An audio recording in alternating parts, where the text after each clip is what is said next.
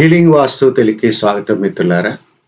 మనం ఈ యొక్క తిరుమల తిరుపతి అనేది ఒక దేవాలయాన్ని ఒక కేస్ స్టడీ కింద తీసుకొని ఒక 1000 ఇయర్స్ బ్యాక్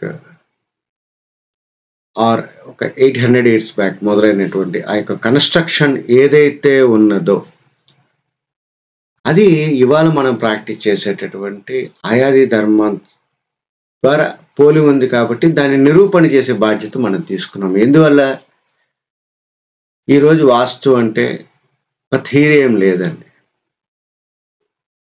తూర్పు తీసుకుంటే కాస్త తూర్పు ఎక్కువ ఖాళీ స్థలం వదలాలి, తూర్పు ఈశాన్యంలో గుమ్మం పెట్టాలి, ఆగ్నేయంలో వంట చేయాలి, నైరుతిలో పడుకోవాలి. మనం తీసుకున్న దిక్కును బట్టి వాయువ్యం కానీ ఈశాన్యాన్ని కానీ ఇంకో బెడ్రూమ్ వస్తుంది. ఆగ్నేయంలో వంట ఖచ్చితంగా జరుగుతుంది, నైరుతిలో ఒక బెడ్రూమ్ ఖచ్చితంగా ఉంటుంది, దిక్కులకు మధ్యలో ఎక్కడో 2 టాయిలెట్స్ ఉంటాయి, బ్రహ్మస్థానం మధ్యలో గోడలు వెళ్తాయి, సరిసమానంగా కిటికీలను యొక్క ద్వారాలు ఉండేటటువంటి లెక్కలు తీసుకుంటారు. దక్షిణానికి పశ్చిమానికి సంబంధించిన దానికంటే కొంచెం ఉత్తరాలు తూర్పు ఎక్కువ ఖాళీ స్థలం వదులుతారు. వాయువ్యంలోనూ ఆగ్నేయాల్లోనూ మన టాయిలెట్ గుంటలు పెడతారు, ఈశాన్యంలో బోరు వేస్తారు, నైరుతిలో బరువులు పెడతారు, ఇంటి ఫ్లోరింగ్లు పల్లం చేస్తారు. ఇదేగా మనకు తెలిసిన థియరీ. అందరూ ఇదే థియరీ ఫాలో అవుతున్నప్పుడు ఒక ఎంటిటీ అనేది ఒకే రకమైనటువంటి ఆ ప్రోటోకాల్స్ పాటించడం వల్ల అది అందరికీ ఒకే రకమైన ప్రభావాన్ని చూపెడుతుంది. అసలు మనిషి మీద ప్రభావాన్ని చూపెట్టేది ఏంటండి? మనం ఎంక్లోజ్ చేసిన స్పేస్. మనం రకరకాల జన్మ నక్షత్రాల్లో పుడతాము. సో మనకు అనుకూలంగా మన ఎలివేట్ చేసేటటువంటి ఎసెన్స్ అనేది ఇంట్లోపల క్రియేట్ చేయాలి. ఈశాన్య ద్వారాలు కాదు, అసలు మూల ద్వారాలు పెట్టరాదు. మూల ద్వారాలు పెడితే అక్కడ ఉన్నటువంటి ఎసెన్స్ ఎనర్జీ అనేది బయటికి పోతుంది అనమాట. We have to keep that the corner it self. ఈ పరిశోధన ఇదంతా చేసేది దేనికండి? ధర్మాన్ని బతికించడానికి. ఆ రోజు వారు కట్టినటువంటి ఒక లేఅవుట్, ఒక నమూనానికి ఎగ్జాక్ట్గా మనం సరిపెట్టి ఒక నమూనాని తయారు చేసి, ఒక మాడ్యూల్ని తయారు చేసి, ఒక నక్షత్ర బలాన్ని కలగజేసేటటువంటి కొన్ని కొలతలను సాధించి అవి ఆ యొక్క ప్రకారంలో ఒక ఇంటర్ కనెక్ట్ చేయడం ద్వారా, ఒకదానికొకటి పక్క పక్కన పేర్చడం ద్వారా ఒక వైబ్రెన్సీని క్రియేట్ చేశారు. దట్ మీన్స్ ఆలయం అంటే ఏంటి? లయతో కూడినటువంటి బిల్డింగ్ అనమాట. ఆ లయ అనేది వైబ్రెన్సీ అనమాట.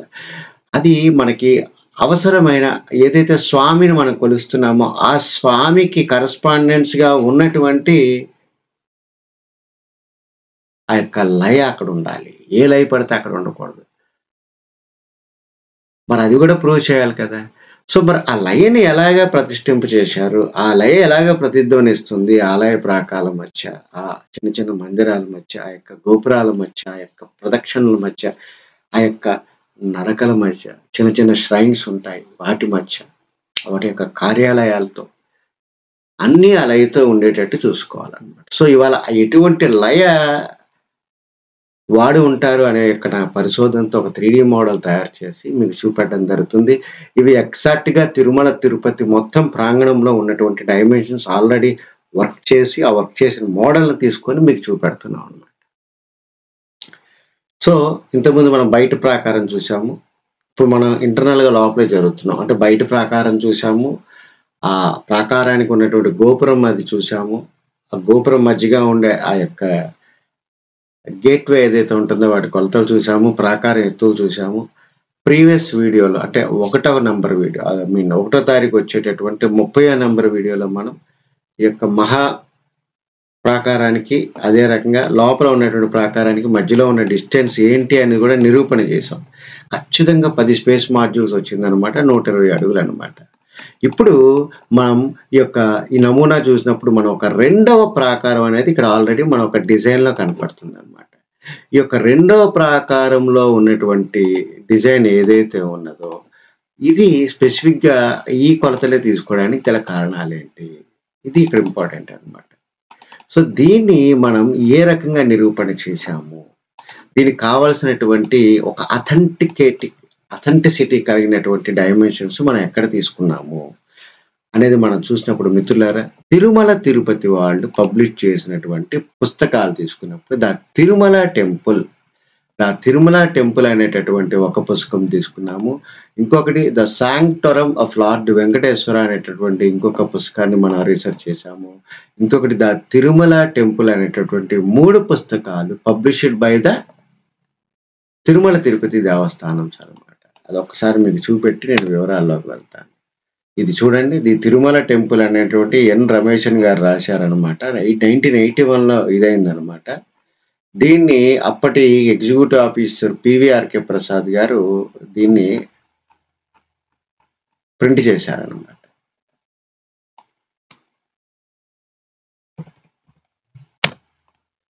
సో ఇక్కడ మనం తెలుసుకోవాల్సింది ఏంటండి, ఏ కొలతలు ఇచ్చారో ఆ కొలతలు చాలా నియర్ బైగా ఉండేటటువంటి ఆయాన్ని అక్కడ ఎలా అప్లై చేశారు, మనం డిరైవ్ చేసినటువంటి ఒక స్పేస్ మాడ్యూల్ ఏదైతే ఉన్నదో ఈ యొక్క స్పేస్ మాడ్యూల్కి దాన్ని ఎలా నిరూపణ చేశారు. అదే రకంగా ఈ description of the Tirumala temple మనం చూసుకున్నప్పుడు అందులో ఇన్నర్ గోపురం అనేటటువంటి ప్రస్తావన ఉందన్నమాట. That is actually page number 91. 91లో వాళ్ళు ఇచ్చేవారు, the inner or second enclosure has to be reached through and only entrance guarded by the second gopuram. అంటే రెండో ప్రాకారం దాటి మన లోపలికి వెళ్ళాలంటే ఒక గోపురం ద్వారానే వెళ్ళాలి. ఆ ఇన్నర్ గోపురం మెజర్స్ బేస్ 24 అడుగులు, ఈస్ట్ టు వెస్ట్. అదే రకంగా నార్త్ టు సౌత్ 36 అడుగులు ఉందన్నమాట. The width of the gateway being 9 feet. యాక్చువల్గా ఫస్ట్ మొదటి ప్రాకారానికి అది అరౌండ్ 11 feet ఉంది. ఇక్కడికి వచ్చేటప్పటికల్లా అరౌండ్ 9 feet అయిందనమాట.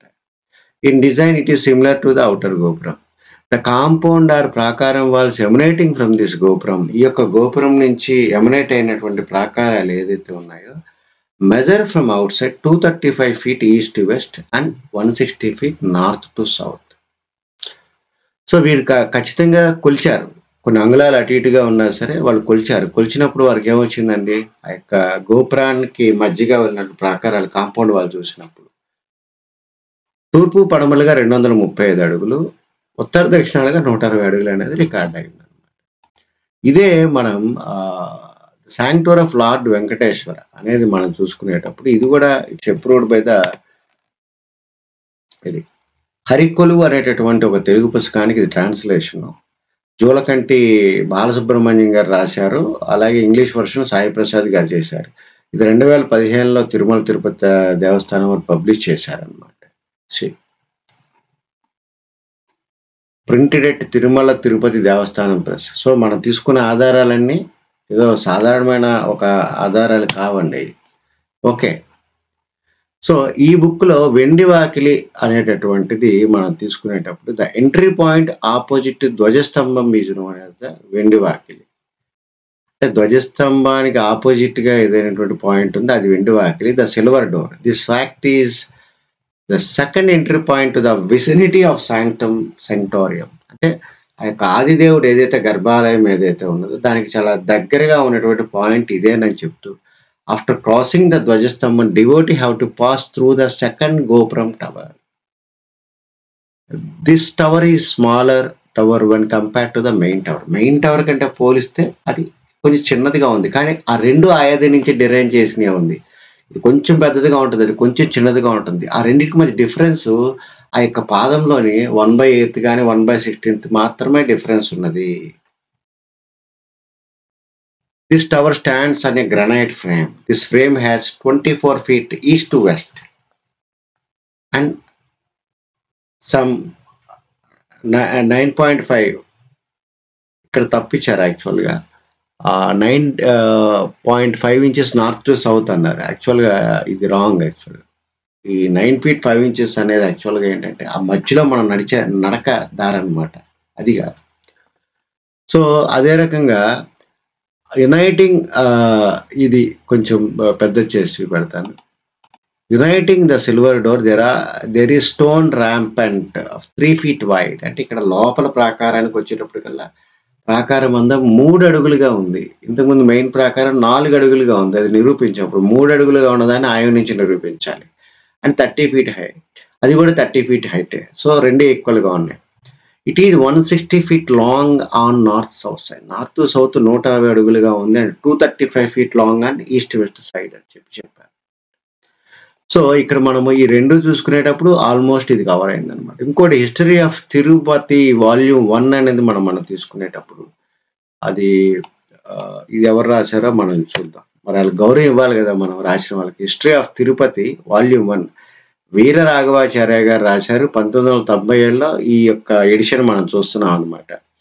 ఇది రిలీజియస్ పబ్లికేషన్ సిరీస్ లో 498, ద ఫస్ట్ ఎడిషన్ 1953. అంటే ఇప్పటి నుంచి ఖచ్చితంగా 70 ఏళ్ల క్రితము ఈ యొక్క బుక్ అనేది వచ్చింది అనమాట. వీళ్ళు ఏం చెప్పారు, కొంచెం పెద్ద చేసి ద ఇన్నర్ ఆఫ్ గోపురంలో ఆఫ్టర్ సర్కమాంబులేటింగ్ ద సంపంగి ప్రదక్షిణం, నేనంటే చూపెడతా డిజైన్ లో, we arrive at the inner gopuram. The inner gopuram measures at its base 24 feet east to west and 36 feet south to north. The width of the gateway or entrance being 9 feet.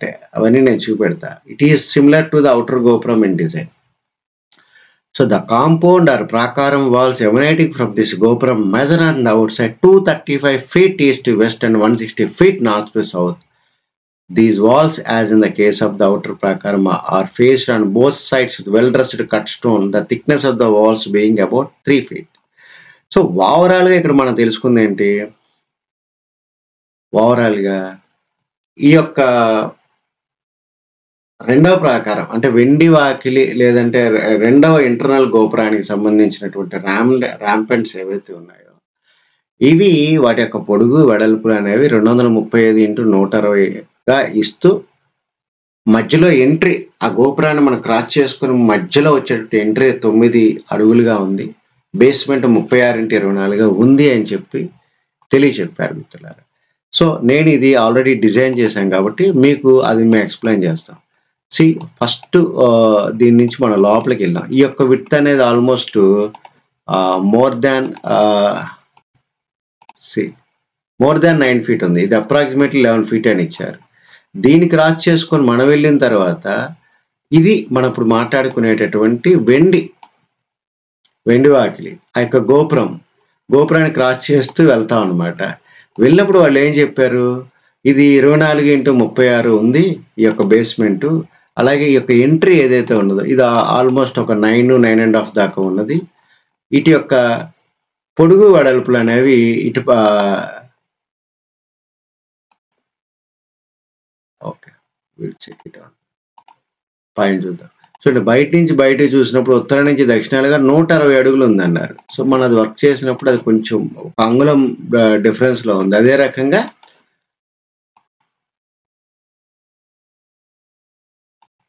235 అడుగులు ఉందన్నారు. కానీ యాక్చువల్గా మనం వర్క్ చేసినప్పుడు అది 235 అడుగులు 7 అంగుళాల 3/16 వచ్చింది అనమాట. సవివరంగా అది మనం చెప్తాం. సో ప్రతి ఒక్కరు లోపలికి వచ్చిన తర్వాత ఈ రెండు ప్రాకారాల మధ్యగా ఉండదాన్నే మనం ఇక్కడ ఏమని చెప్తామండి, సారీ ఇది మీకు వేసి చూపెడతాను.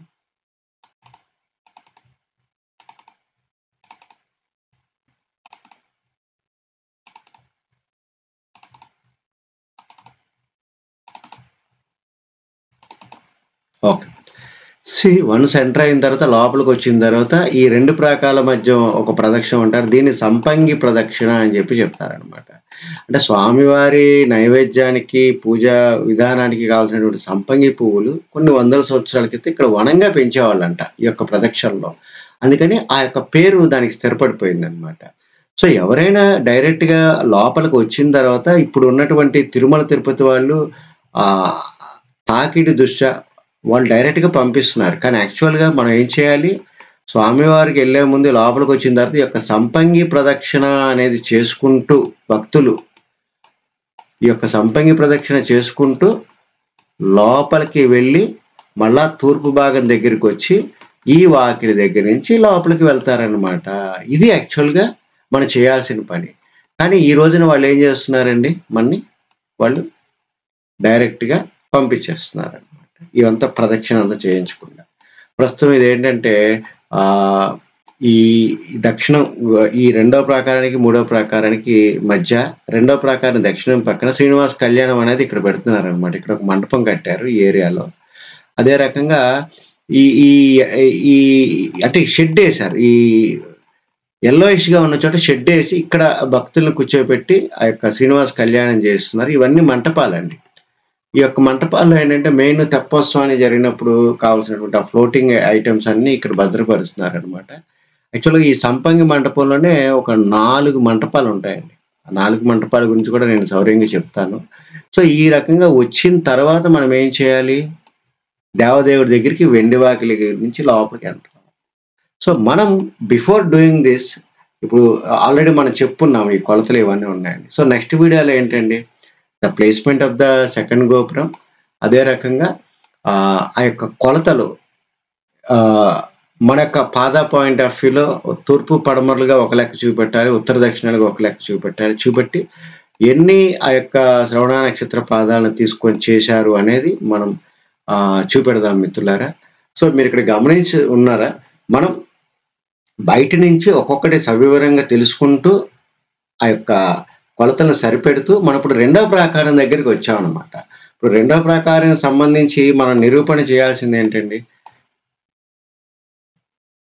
ఈ యొక్క పొడుగు వెడల్పుల కొలతల యొక్క ప్రాకారాలు కానీ యొక్క గోపురం కానీ ఆయాది నుంచి ఎలా డిరైవ్ చేశారు, అదే రకంగా అవుటర్ ప్రాకారానికి దీనికి మధ్యలో ఈ యొక్క దక్షిణం పక్కే కావచ్చు, ఈ యొక్క పశ్చిమం పక్కే కావచ్చు, ఈ యొక్క ఉత్తరం పక్కే కావచ్చు, ఎంతెంత వదిలిపెట్టారు అనేది చెప్పుకుంటూ మనం ఈ లోపల ఈ యొక్క సంపంగి ప్రదక్షిణ మార్గంలో ఉండేటటువంటి రంగనాయక మండపం కానీ, తిరుమల మండపం కానీ, అద్దాల మండపం కానీ, దాని యొక్క ముఖ మండపం కానీ ఇవన్నీ మనం తీసుకునేటప్పుడు వీటి యొక్క కొలతలు కూడా ఆయాది నుంచి తీసారా లేదా స్వయంగా వాళ్ళు ఏదైనా వేరే కొలతలు ఏమైనా వాడారా అనేది మనం చెప్పే ప్రయత్నం చేద్దాము.